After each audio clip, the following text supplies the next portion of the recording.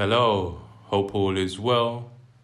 I'll be doing a new series on etymological breakdowns on the words we use every day and the deeper meanings it has from a spiritual, mental point of view.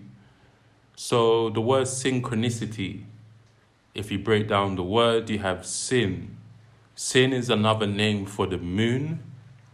Chronos is another name for Saturn. The moon and Saturn have a harmonious relation. The moon's orbital period around Earth is 29 and a half days. Saturn's orbital period around the sun is 29 and a half years. When we see synchronistic events happen in our lives, is due to the relation of loops. We live in a reality based upon loops, cycles, and you see the word pattern sounds like Saturn because Saturn rules time. Saturn in Greek mythology is known as chronos, and we also use that word chronological or chronometer, chronology, chronography, which is all relating to time.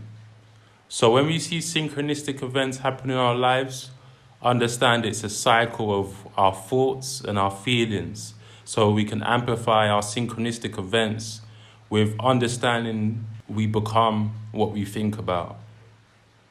Through love, joy, peace, and happiness, and ultimately enlightenment, we create a harmonious portal of how we want to manifest our lives.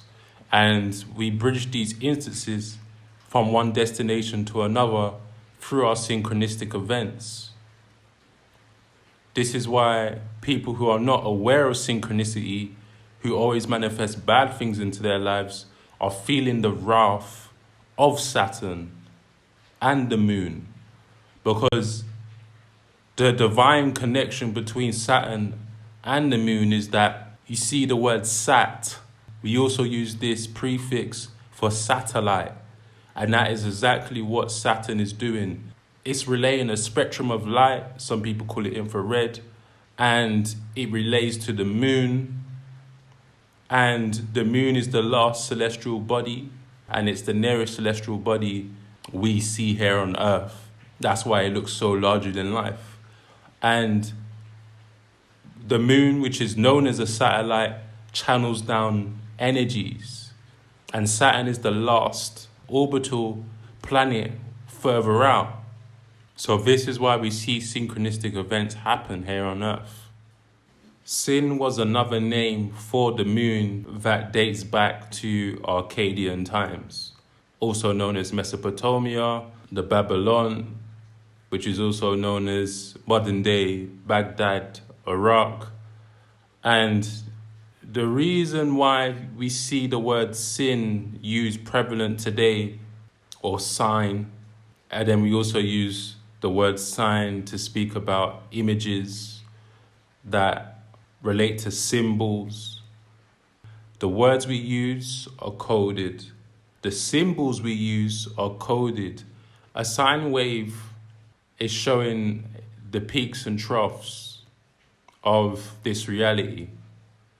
Energy reaches its highest peak, and then it also descends to its lowest peak. The sine wave is also known as the snake, and we also see the sine wave depicted as the dollar sign.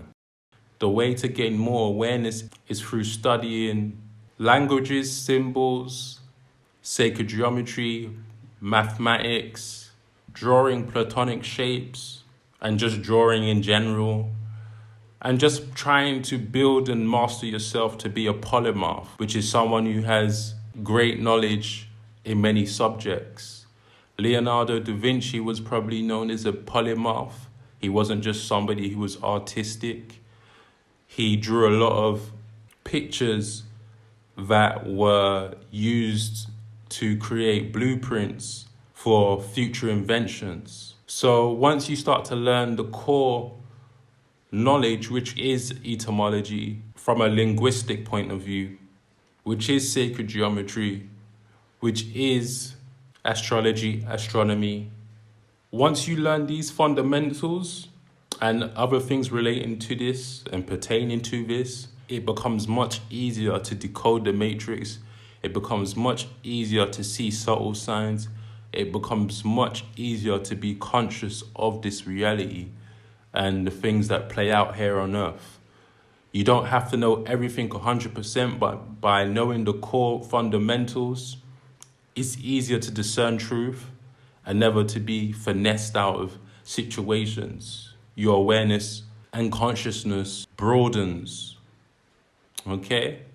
So we're going to keep it running with this etymology series, and I'll be breaking down some more words we use every day. Peace.